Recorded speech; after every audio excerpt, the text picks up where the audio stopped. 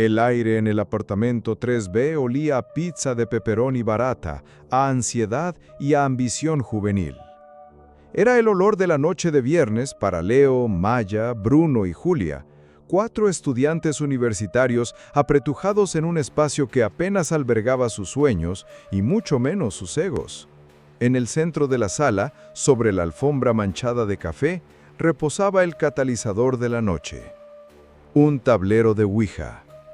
No era una reliquia antigua, gastada por el toque de generaciones de desesperados, sino una versión de cartón y plástico comprada por $12 en una tienda de artículos para fiestas, lo que, de alguna manera, lo hacía todo más profano.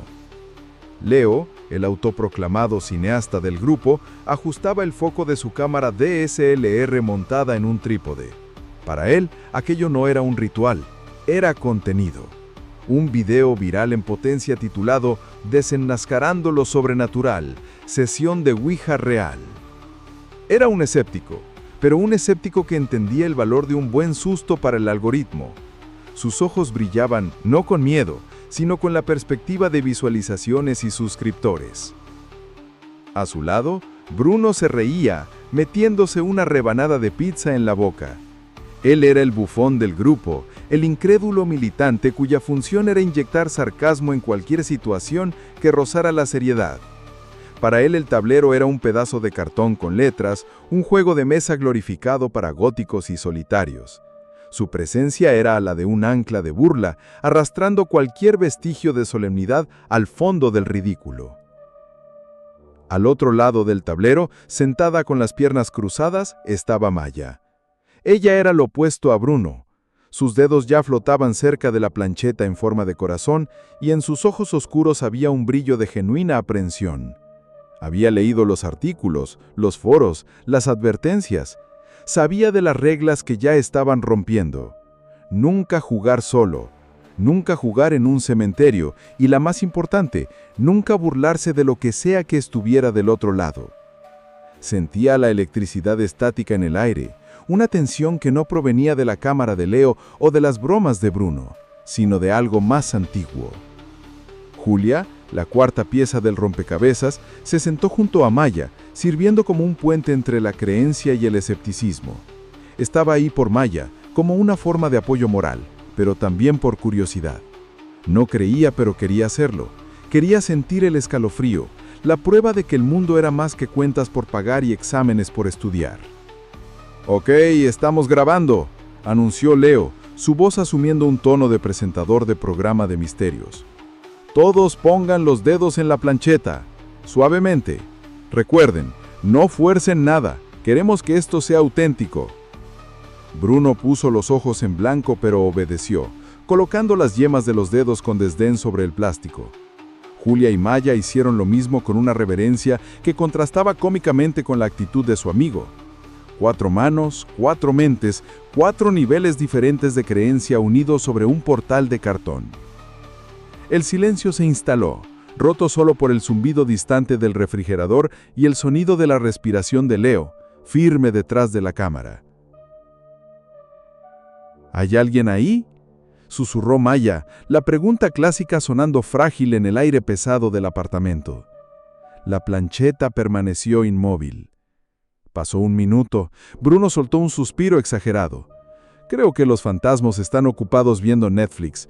¿Podemos pedir más pizza?» «¡Cállate, Bruno!», siseó Leo, sin quitar el ojo del visor. «Maya, inténtalo de nuevo. Sé más específica». «Buscamos contactar con un espíritu pacífico. Si hay alguien aquí, por favor, danos una señal». Y entonces, un movimiento. Un arrastre lento, casi imperceptible. La plancheta se movió hacia el sí. Un escalofrío colectivo recorrió al grupo. Bruno dejó de masticar. Los ojos de Julia se abrieron de par en par. Leo hizo zoom con la cámara, una sonrisa depredadora apareciendo en su rostro. Era eso, oro puro. ¿Cuál es tu nombre?, tartamudeó Julia, su curiosidad venciendo al miedo. La plancheta se deslizó de nuevo, con una fluidez que no parecía ser obra de 4 manos temblorosas. Se movió con intención, letra por letra. Z. O.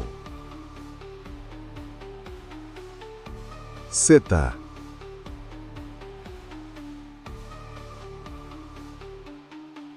O.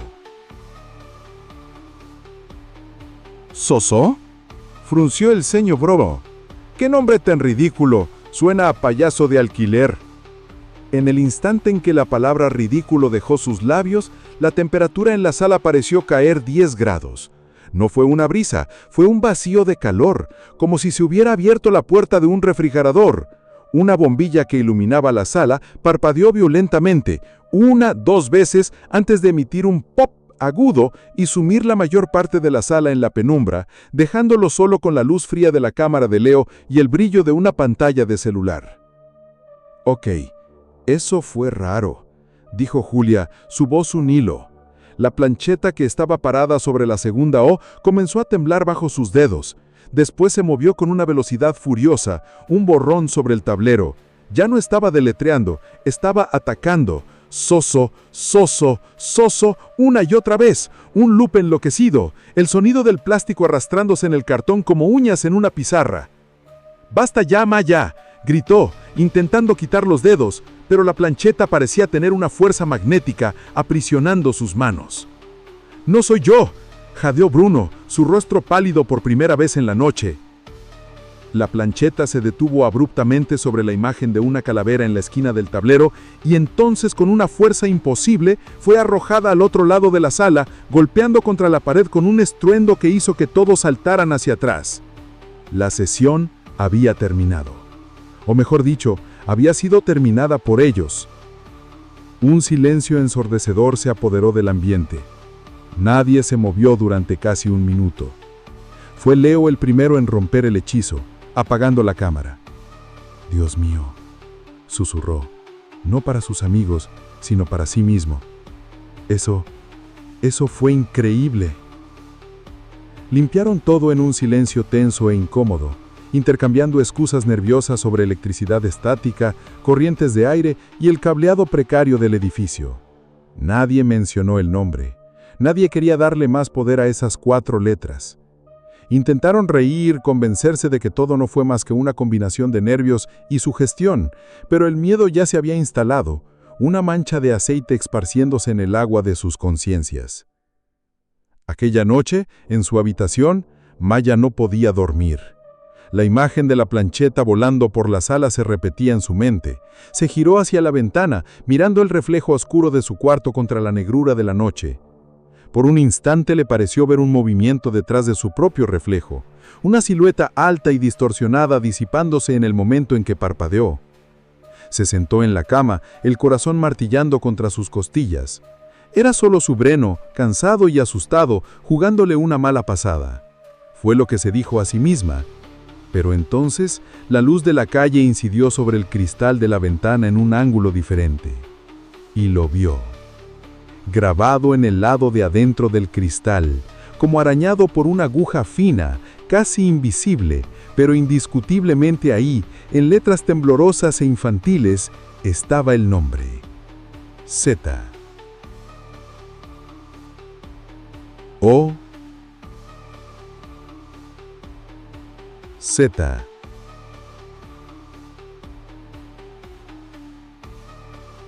O. El contagio había comenzado. Los días que siguieron a la sesión estuvieron envueltos en un silencio denso y frágil. El cuarteto intentó, con un esfuerzo casi patético, restaurar la normalidad. Hablaron de exámenes, de fiestas, de cualquier trivialidad que pudiera llenar el vacío dejado por el nombre que nadie se atrevía a pronunciar. Pero el miedo, una vez invitado, no es un huésped educado, no se va solo porque la fiesta haya terminado. Se infiltra en la rutina, se esconde en los momentos de quietud y espera. Maya fue la primera en sentir cómo la infestación se profundizaba. El sueño se convirtió en su enemigo. Cuando lograba dormir, Era arrastrada a pesadillas recurrentes donde se veía en el apartamento oscuro, mientras una figura alta y delgada, con miembros que se doblaban en ángulos antinaturales, la observaba desde la esquina más lejana del techo. No tenía rostro, solo una ausencia de facciones, un vacío que la consumía. La entidad de la pesadilla nunca se acercaba, solo observaba, y el terror residía precisamente en esa paciencia depredadora. Durante el día, el nombre la perseguía. Lo veía en la condensación del espejo del baño después de una ducha caliente, en las grietas de la acera de camino a la universidad, en la forma en que las hojas caídas se acumulaban junto al bordillo. El mundo parecía conspirar para recordarle su transgresión. Dejó de comer, sus ojos ganaron ojeras profundas y se sobresaltaba con cualquier sonido inesperado. Leo, por su parte, libraba una batalla diferente. Su frustración era casi tan grande como su miedo creciente. Se encerró en la sala durante horas, obsesionado con editar lo que debería ser su obra maestra. El video comenzaba perfectamente. La iluminación, el audio, las bromas de Bruno, la aprensión de Maya, todo estaba allí. Pero en el exacto momento en que la plancheta se movió hacia la letra Z, el infierno digital comenzó. El audio fue corrompido por un zumbido bajo y gutural, un sonido que parecía estar justo por debajo del umbral de la audición humana, pero que erizaba los pelos de la nuca. La imagen se desfragmentaba en bloques de píxeles defectuosos siempre que el nombre Soso se formaba. En uno de esos fallos, por una fracción de segundo, Leo congeló la imagen. En el reflejo oscuro de la ventana detrás de Julia, lo vio. No era su reflejo, ni el de Bruno ni Maya. Era el contorno de un quinto rostro, pálido, con cuencas oculares que parecían pozos de oscuridad. Su corazón se disparó, rebobinó, pasó el tramo cuadro por cuadro, pero la imagen había desaparecido, reemplazada por un borrón de píxeles verdes y morados. Culpó a la compresión del archivo, a un error en la tarjeta de memoria, a cualquier cosa que su mente lógica pudiera aferrar. Pero la semilla de la duda había sido plantada en suelo fértil. Bruno, intentando desesperadamente aferrarse a su manto de escepticismo, se convirtió en el objetivo de un ataque más físico. Cojeaba por el campus, burlándose de las preocupaciones de Maya ante quien quisiera escuchar. «Es histeria colectiva», le dijo a Julia mientras bajaban una escalera de concreto en el edificio de Ciencias Sociales. «La mente es poderosa. Si esperas ver un monstruo, cualquier sombra se convierte en uno». En el exacto momento en que la palabra sombra salió de su boca, su pie resbaló en el escalón. No fue una caída común. Fue como si una mano invisible hubiera tirado de su tobillo, haciendo que su cuerpo girara de una forma torpe y brutal. Rodó los últimos escalones, aterrizando con un grito ahogado de dolor. El sonido de su hueso crujiendo fue bajo, pero nítido como el pop de la bombilla días antes. En el hospital, el diagnóstico fue un esguince grave y una fisura en el peroné. «Una caída tonta», dijo el médico. Pero Bruno, acostado en la camilla de urgencias con la pierna enyesada, sintió un frío que no provenía de la lesión. El incrédulo había sido marcado primero, un castigo físico por su burla verbal. El tormento de Julia era el más insidioso. Era un veneno susurrado. Sola en la biblioteca, rodeada de un silencio académico, comenzó a oír voces. No eran voces de fantasma, eran las voces de sus amigos. Oyó el tono exacto de Leo, viniendo del estante de al lado, diciendo cómo la consideraba ingenua y fácil de manipular. Se levantó, el rostro ardiendo de humillación, pero el pasillo estaba vacío. En casa, mientras se duchaba, oyó el llanto de Maya al otro lado de la puerta, lamentando cómo Julia nunca le creyó, cómo la abandonó. Abrió la puerta abruptamente, el corazón apesadumbrado de culpa, solo para encontrar el apartamento vacío y silencioso. La entidad no solo los estaba asustando, estaba ejecutando una campaña de guerra psicológica, usando sus propias voces y secretos para cortar los lazos de confianza que los unían. El apartamento 3B se convirtió en un territorio enemigo. Un sutil olor a ozono, como el aire después de una tormenta eléctrica, impregnaba el ambiente. Las llaves de Leo, siempre dejadas en el gancho junto a la puerta, aparecieron dentro del refrigerador. La novela que Julia estaba leyendo apareció debajo del sofá con una página marcada que no era suya. Cuando estaban juntos, el silencio era un arma, cargado de sospechas no dichas. Cuando estaban solos, el silencio era una mortaja, y cada crujido del suelo era el paso de algo que los observaba desde las sombras. La incubación estaba casi completa.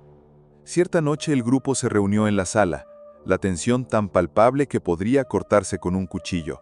Bruno, amargado y con dolor, culpó a la energía negativa de Maya. Julia, con los ojos llenos de resentimiento, se negó a mirar a Leo, y Leo, frustrado con su tecnología y su lógica fallando, miraba a todos como piezas de un rompecabezas que no podía resolver. La discusión que siguió fue fea, llena de acusaciones y rencores amplificados por una fuerza invisible que se deleitaba en la discordia. Más tarde, cuando todos se retiraron a sus recámaras, Leo se quedó solo en la sala oscura. El brillo de la pantalla de su laptop iluminaba su rostro tenso. Vio el clip por centésima vez. El fallo, el rostro en el reflejo. Se inclinó más cerca, los ojos fijos en la pantalla.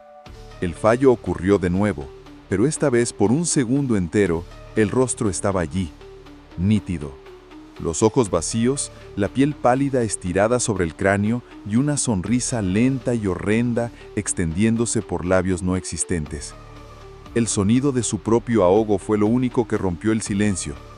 En el mismo instante, la pantalla de su laptop, que estaba con la batería al 100%, parpadeó y murió. La oscuridad total lo engulló, dejándolo solo para mirar su propio reflejo aterrorizado en la pantalla negra y sin vida. El reflejo aterrorizado de Leo en la pantalla negra de la laptop fue el punto de quiebre. El pánico lo engulló. Se arrojó hacia atrás, derribando la silla, y se arrastró por el suelo hasta que su espalda golpeó la pared opuesta, el corazón como un martillo neumático contra sus costillas. Intentó encender la laptop de nuevo, apretando el botón de encendido con dedos temblorosos, pero el aparato estaba muerto, un ataúd de plástico y silicio. La prueba, el rostro innegable del mal que había capturado, le había sido robada, y se había quedado solo en la oscuridad con el conocimiento de lo que había visto. A la mañana siguiente, la atmósfera en el apartamento era venenosa. Leo, con los ojos desorbitados por la falta de sueño, intentó desesperadamente explicar la imagen en la laptop. Sus palabras salieron atropelladas, febriles, sonando más como el delirio de un loco que como una advertencia. Julia, cuya mente ya estaba envenenada por los susurros, se cruzó de brazos. «Ah, claro», dijo, su voz goteando un sarcasmo cruel. «Justo cuando necesitas un clímax para tu peliculita, el monstruo decide posar para la cámara. ¡Qué conveniente, Leo!». «No estoy inventando», gritó, la voz quebrándosele. «Me sonrió». «Basta ya», gruñó Bruno, desde el sofá, su pierna enyesada apoyada en una pila de cojines. «No aguanto más oír sobre esto. Fue un juego estúpido, una idea estúpida tuya, Leo. Y tú, Maya, con esa curiosidad mórbida tuya, tú nos arrastraste a esto». La acusación golpeó a Maya como un puñetazo. Las lágrimas que había estado conteniendo durante días finalmente brotaron, silenciosas y calientes. La pelea que siguió fue el acto final de la disolución del grupo. Se dijeron palabras que no podían ser retiradas, y su amistad se hizo añicos como el cristal. Uno por uno, se fueron. Bruno cojeando hacia su habitación, dando un portazo. Julia tomando su bolso y saliendo del apartamento sin decir a dónde iba.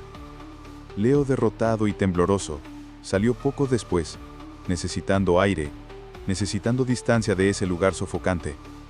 Maya se quedó atrás, sola. Y por un momento, sintió alivio.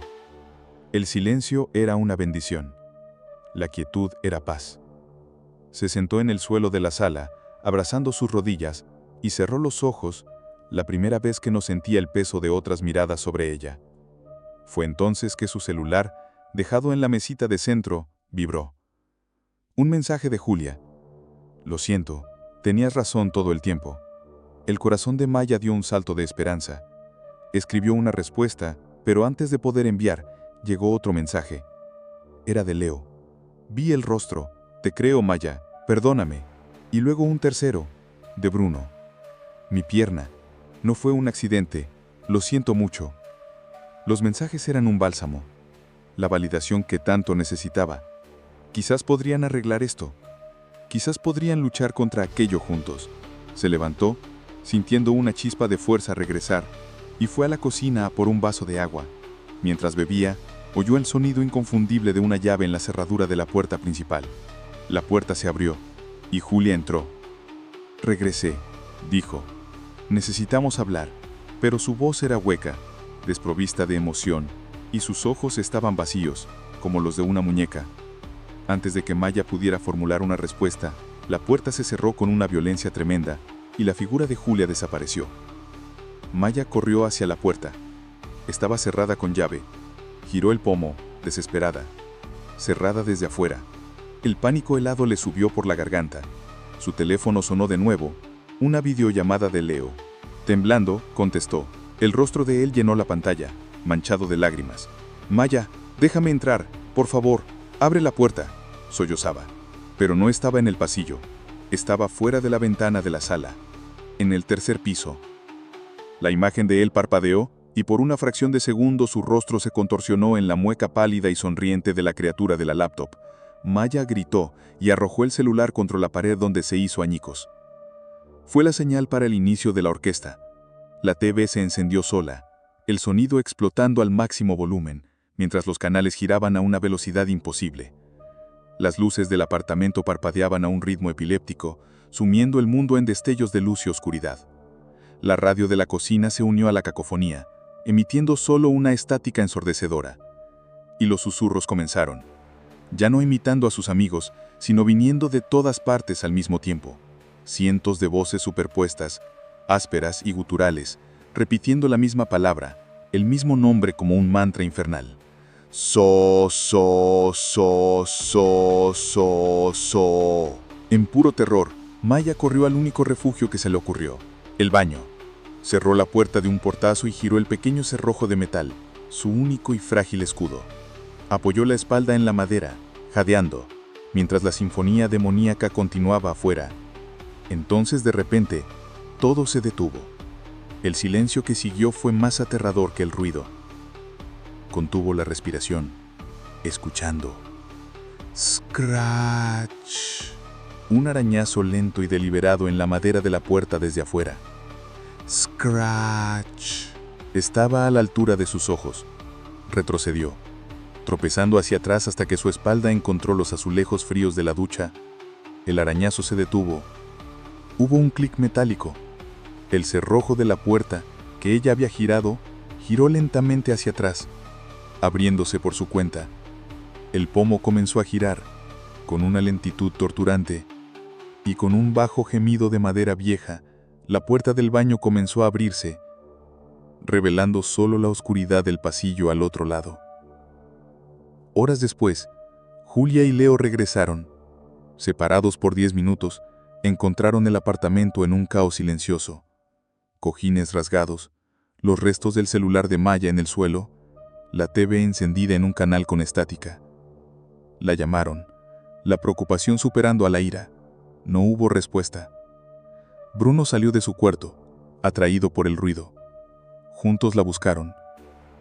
La puerta del baño estaba totalmente abierta.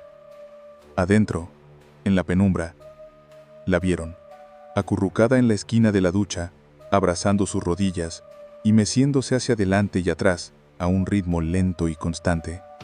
Sus ojos estaban abiertos, vidriosos, fijos en la puerta. No parpadeaba, no respondía a sus llamadas. Estaba ahí, pero al mismo tiempo, a miles de distancia, perdida en un lugar a donde no podían alcanzarla. Leo se acercó, y su mirada siguió la de ella hacia la puerta de madera, grabada a la altura de los ojos, en surcos profundos e irregulares, como cavada con uñas. Había una sola palabra. Mía. La llegada de los paramédicos fue una invasión de luz y orden en un santuario de caos. Envolvieron a Maya, catatónica y temblorosa, en una manta, sus voces profesionales y tranquilas sonando como un idioma extranjero en medio del terror primordial que impregnaba el apartamento. En el hospital, un médico con rostro cansado usó términos clínicos que eran a la vez complejos y totalmente inadecuados. Catatonia psicogénica, dijo. Una respuesta a un trauma psicológico extremo. Para Leo, Julia y Bruno, la explicación era un insulto. ¿Cómo podrían explicar que el trauma tenía un nombre, que todavía estaba en el apartamento y que la palabra mía grabada en la puerta del baño no era un síntoma, sino una declaración de posesión? Regresaron del hospital al apartamento 3B ya no como 3 individuos fracturados, sino como los únicos 3 supervivientes de un naufragio. La ira, la culpa, la desconfianza, todo eso fue incinerado por el fuego del miedo puro. El estado de Maya era la prueba que ni el escéptico más acérrimo podría negar. La entidad era real y los estaba destruyendo uno por uno. Fue Leo quien tomó la iniciativa. Con las manos todavía temblando, usó la computadora de la biblioteca de la universidad, temiendo que cualquier aparato electrónico suyo estuviera comprometido. Julia y Bruno se agolparon detrás de él, sus rostros pálidos iluminados por el brillo de la pantalla. En el cuadro de búsqueda, Leo escribió las palabras que tanto habían evitado: demonio, ouija, soso. La página de resultados fue una inmersión en el abismo. Enlace tras enlace, foro tras foro, blog tras blog. Encontraron su propia historia contada por docenas de extraños. Eran relatos de todo el mundo, pero los detalles eran espeluznantemente consistentes. El rápido movimiento de la plancheta en arcos o en ochos, la forma en que la entidad se presentaba, la escalada de la actividad, comenzando con trucos psicológicos y evolucionando hacia la mala suerte, los accidentes y una paranoia que corroía el alma. Leyeron sobre personas que perdieron sus trabajos, sus relaciones, su cordura. Leyeron sobre los susurros, sobre las sombras en la visión periférica, sobre la sensación de una presencia maligna que se aferraba a su víctima como una enfermedad crónica. El descubrimiento no trajo alivio, sino la horrible confirmación de que no eran especiales. Eran solo un número más en la larga lista de víctimas de la entidad, un grupo más de tontos que abrió una puerta que no sabía cómo cerrar. En un foro de ocultismo con un diseño anticuado de los años 90, en medio de docenas de advertencias para no volver a tocar un tablero de ouija, encontraron lo que buscaban: un hilo de esperanza. Una publicación de un usuario anónimo detallaba un ritual de destierro. Las instrucciones eran una mezcla de folclore y sentido común paranormal: destruir completamente el tablero y la plancheta, crear una barrera de sal y recitar un pasaje específico que, según la publicación, cerraría el canal de comunicación. Era una defensa frágil, un escudo de papel contra un tanque de guerra, pero era la única arma que tenían. Aquella noche se prepararon para la batalla. Juntaron los pedazos de la plancheta rota y el tablero de cartón. Bruno, apoyándose en sus muletas, cogió por la sala virtiendo un círculo de sal gruesa a su alrededor, sus manos temblando tanto que los cristales blancos se esparcieron irregularmente por el suelo. Julia encendió velas, pocas que había encontrado en el fondo de un dragón, y su luz parpadeante proyectaba sombras danzantes que parecían vivas. El aire estaba pesado, cargado con la electricidad de un momento decisivo. Leo sostenía su celular, mostrando el pasaje que había fotografiado. Respiró hondo, el aire parecía rasparle los pulmones. ¿Estamos listos?, susurró. Bruno y Julia asintieron, sus rostros como máscaras de determinación y pavor. Comenzó a leer las palabras en voz alta, la voz temblorosa pero clara. Por la sal y por el fuego, rompemos este lazo. Por nuestra voluntad, cerramos este portal. Ya no tienes dominio aquí. Tu influencia queda deshecha. Vuelve a la oscuridad de la que veniste. Soso, te desterramos. En el instante en que el nombre fue pronunciado, la reacción fue inmediata y cataclísmica. No fue un crujido o un susurro, fue un estruendo sónico que pareció venir de dentro de las paredes, un sonido tan poderoso que la única ventana de la sala explotó hacia adentro, esparciendo añicos de vidrio por toda la alfombra. Una ráfaga de viento violento y antinatural invadió el apartamento, apagando las velas instantáneamente y esparciendo el círculo de sal como si fuera polvo, rompiendo su frágil barrera.